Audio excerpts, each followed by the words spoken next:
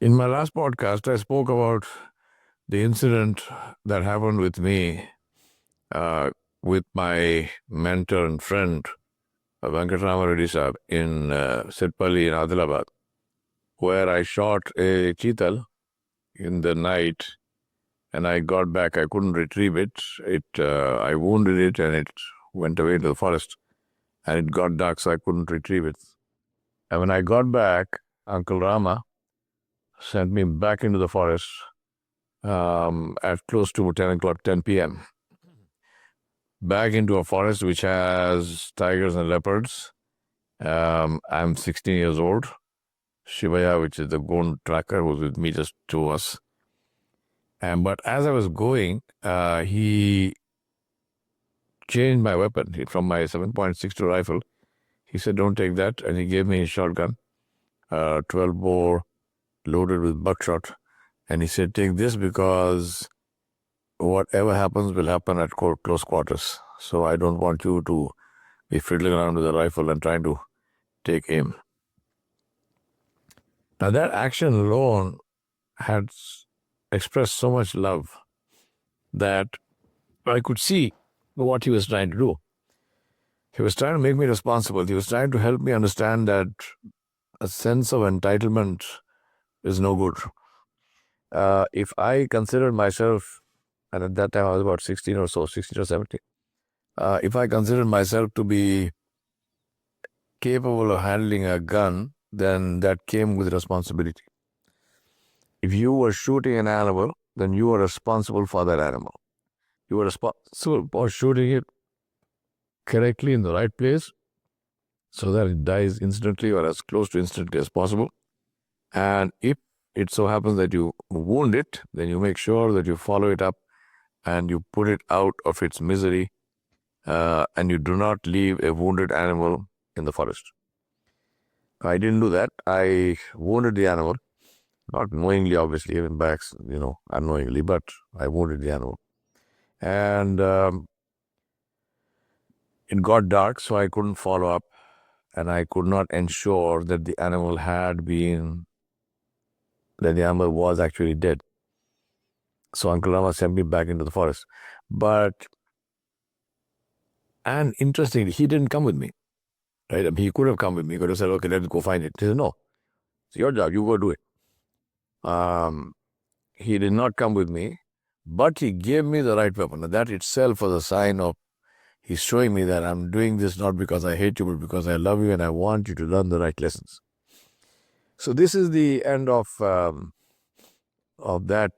episode and of that kind of mentoring, which I said there are two kinds of mentoring. One is friendship mentoring, which it happens in the family, happens with older friends, and so forth. Then we come to the other kind of mentoring, which is more professional, where you contract with a mentor to guide you in some aspect of your life, and usually that's a professional aspect. So I go to a mentor, I contract with a mentor and say, "Help me be a good CEO, or help me be a good team leader, or help me be a good problem solver," or whatever. So now that's a different kind of relationship. Now, in that kind of mentoring, if you want to be, or you want to ask yourself, am I capable of being that kind of mentor? Then the first question to ask is to ask yourself, am I capable of doing that kind of mentoring? Now, this is more, that kind of mentoring is, in some ways, it is more content specific. But in other ways, it's also something which requires a high degree of the ability to map learnings from one specific area, to another unrelated area.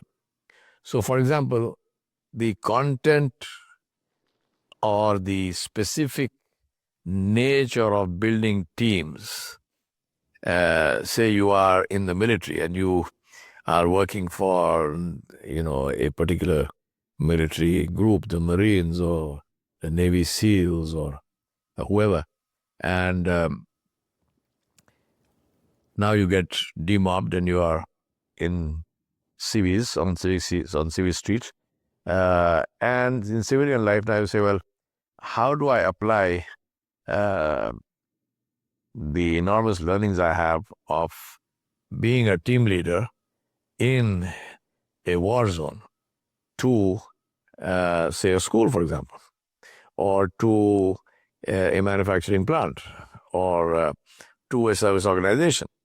How do I motivate people and so on? Now, interestingly, you might find that that is actually a more difficult job. A more difficult job than motivating people in an emergency situation as you would have done in the military. Because it is, normally when you are in an emergency situation, in whether it's in the military or any dangerous situation, it's easier to get people to work together because people are conscious of the danger. They are conscious that if they don't work together, there is actually a threat to life.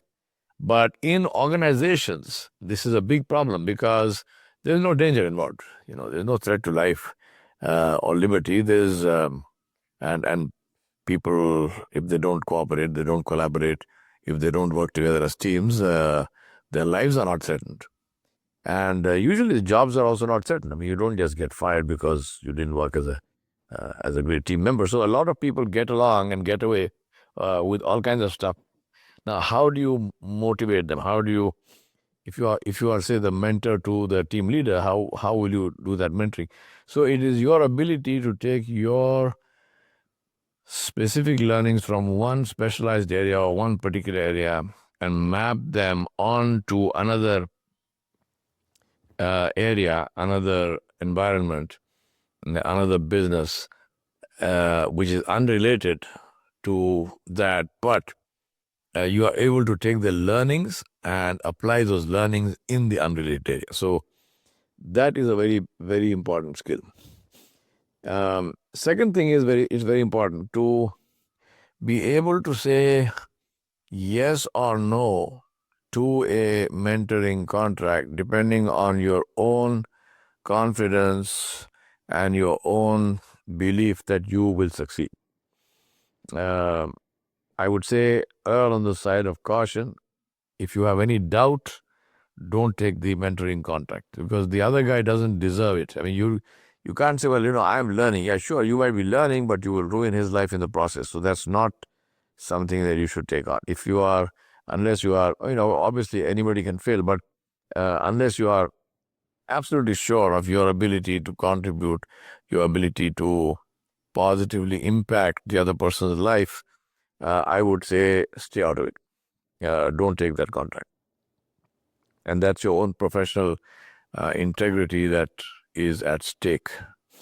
So that's very important. Third thing is that as a mentor, remember this is not just a friendship. It's not a social relationship. It's a professional relationship, and therefore, it's very important to document every mentoring encounter that you have. So whether it's a face-to-face meeting, Zoom meeting, telephone call, whether it's a walkthrough, whether it's a shadowing session, whatever may be the situation, it's very important to document that. And that's completely and totally your responsibility as the mentor. By all means, tell the mentee, tell your protege also to keep notes, and he or she must for their own benefit, but it's very important for you as a mentor to keep notes, to document the entire process is very critically important. Sometimes it has even legal implications. So be very clear in your mind. Make sure you keep notes. Some of these notes are possible to be recorded, in which case you need to seek the permission of the protege because it is illegal to record without people's knowledge. So don't do that. By all means, seek permission. But I personally prefer to write down things. It clarifies things much better. Alhamdulillah, we have enough of a memory to be able to retain things as long as we write them soon after. So take notes of the entire mentoring session.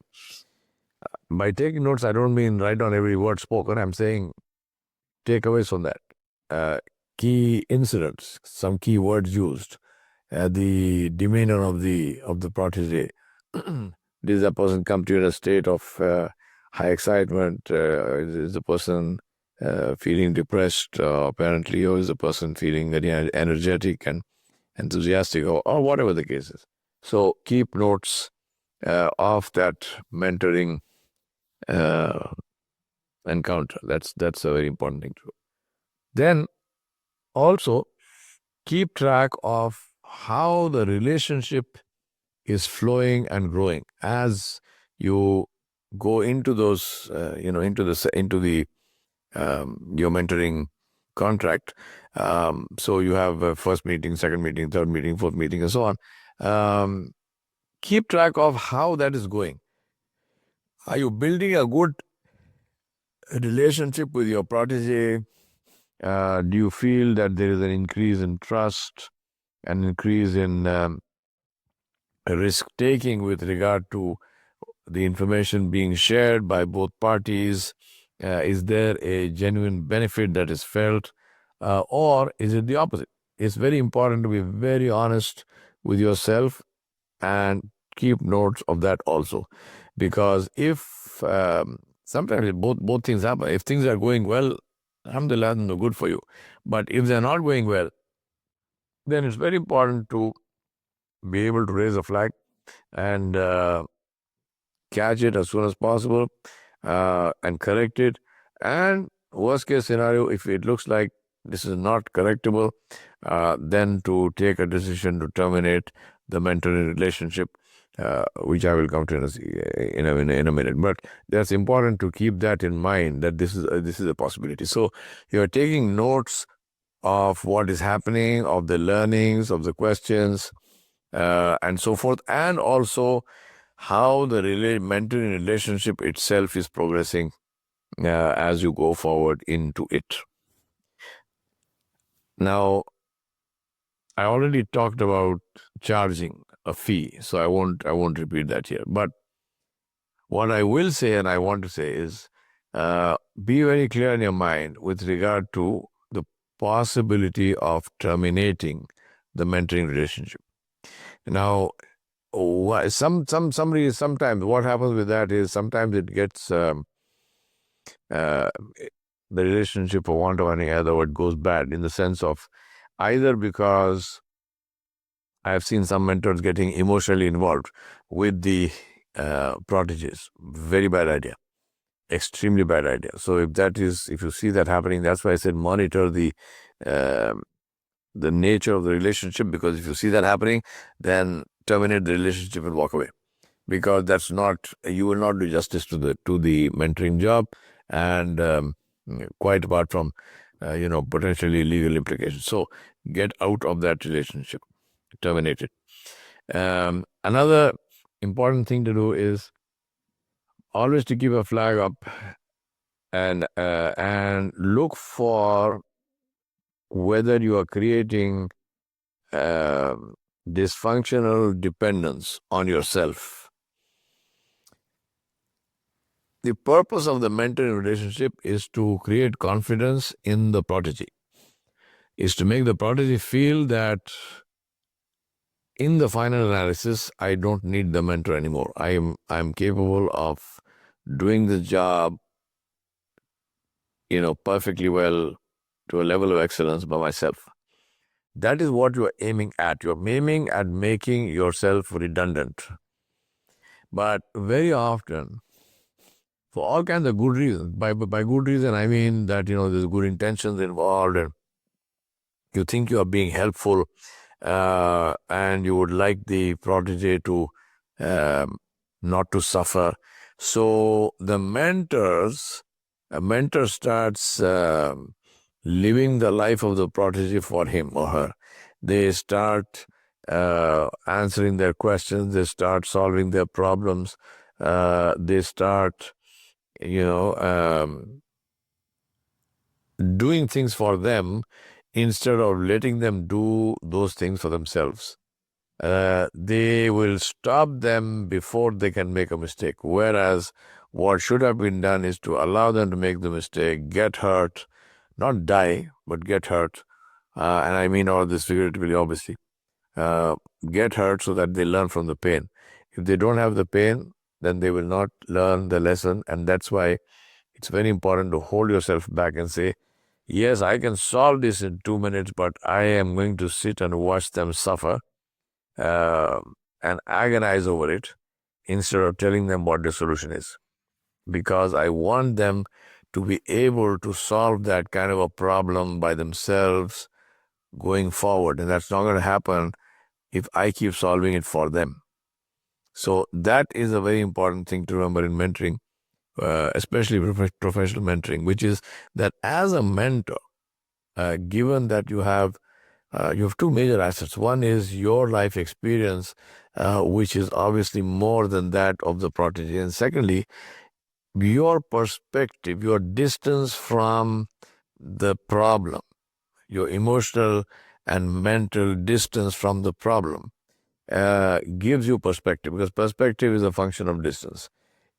Perspective is the ability to hold simultaneously in your mind two pictures, where I am and where I want to be. That's what gives you direction. If you don't have these two pictures simultaneously in your mind, you cannot have direction. To give anybody directions, you need you need to answer these two questions. Where are you? And then you can give a direction. So if somebody says, how can I come to you? But say, where are you? If the person says, I don't know where I am, then I can't tell you how to come to me, because in my mind, I know where I am, but I don't know where you are. In your mind, you know where you want to go, but you don't know where you are. So that's where the problem is. So perspective is where you have both. I know where I am, and I know where I need to go, and so that gives me the direction and gives me details of how to get there. So in this context, it's very important that you keep that perspective in mind and say, I want this person to become independent, and therefore they have to go through the grind, they have to go through the mill and feel the pain of making mistakes. So don't tell them answers, don't solve problems for them, let them solve them for themselves. Point them in the direction. Instead of giving an answer, say, go and read that book, or do this research, or go to that library, or go to that place, go and see that situation, visit that country, visit that the other workplace of somebody else, whatever it is. Let them go and let them see. After they've seen, they come back and say, okay, so what did you see? What did you learn? And if they have not learned the lesson that you were wanting them to learn, send them back. Or ask them, what is it that you are looking for? How is it that you are not able to see this thing, which is, at least from my perspective, it seems to be staring me in the face. How come you seem to be missing it? So it's very important to keep these things in mind and help them to see these things. And then so then what happens is that you make them independent. This is a very important thing also for in terms of parenting. It's on a bit of a side note, but a point I want to make is that in parenting also, it's very important to allow your children to make learning mistakes which will help them to learn the value of something, the difficulty of something, and get the satisfaction of solving that. The satisfaction of climbing Mount Everest is not in just standing on top of the mountain. I mean, you could do that in a helicopter. You would just go there and get off the helicopter and stand on the top of the mountain. It gives you zero satisfaction because you made no effort. The satisfaction of standing on top of Mount Everest comes from having trekked up the side of the mountain all the way to the top. So the degree of difficulty determines the sweetness of victory, the sweetness of success.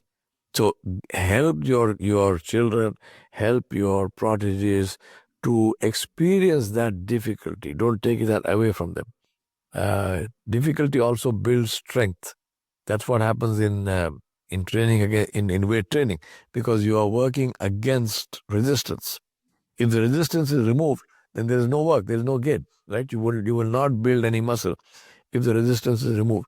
So when you have this temptation to make things easy for people, for your children or for your proteges, by removing difficulties, believe me, you're not doing them a favor. You're doing them a great, great disservice and harm, because you are not allowing their wings to develop. You're not allowing them muscles to develop.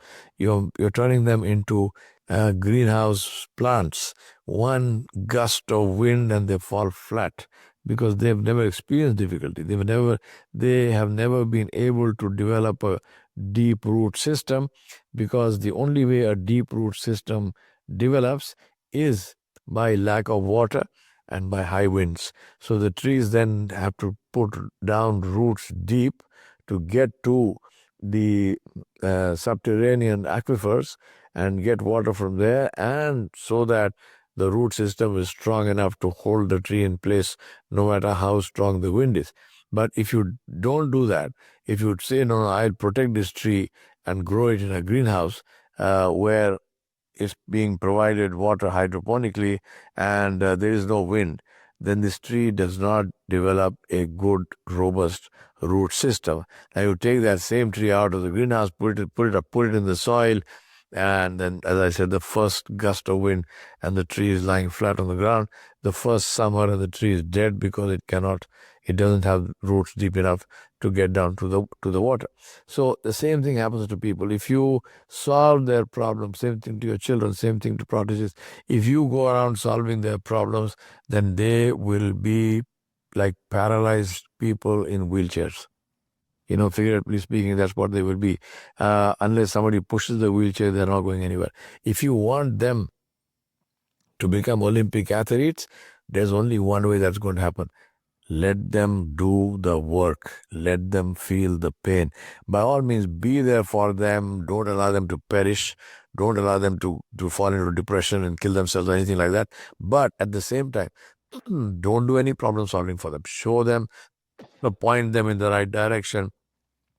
Help them learn, give them new experiences so that they come out on top and they genuinely have reason to feel satisfied that they won the race.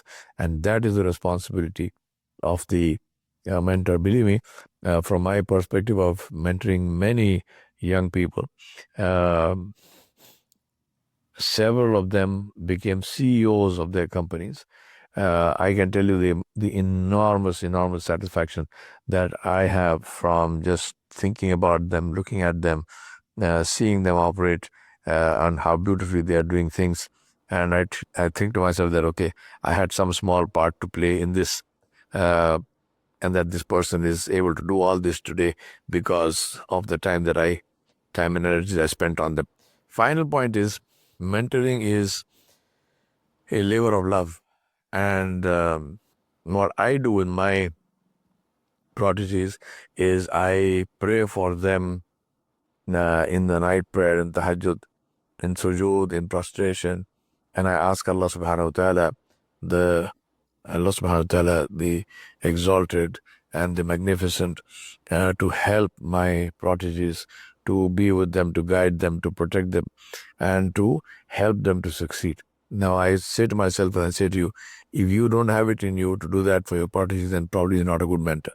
A good mentor is the one who will wake up in the night, who will, invoke the power and the strength from God to help their proteges to succeed. Wish you all the very best. This is the last of the podcasts for mentors. The next ones will be for proteges on how to choose a good mentor and how to deal and work and live in that mentoring relationship. Thank you very much. Keep your comments coming. Keep your questions coming. And all the very best to you as mentors. Thank you.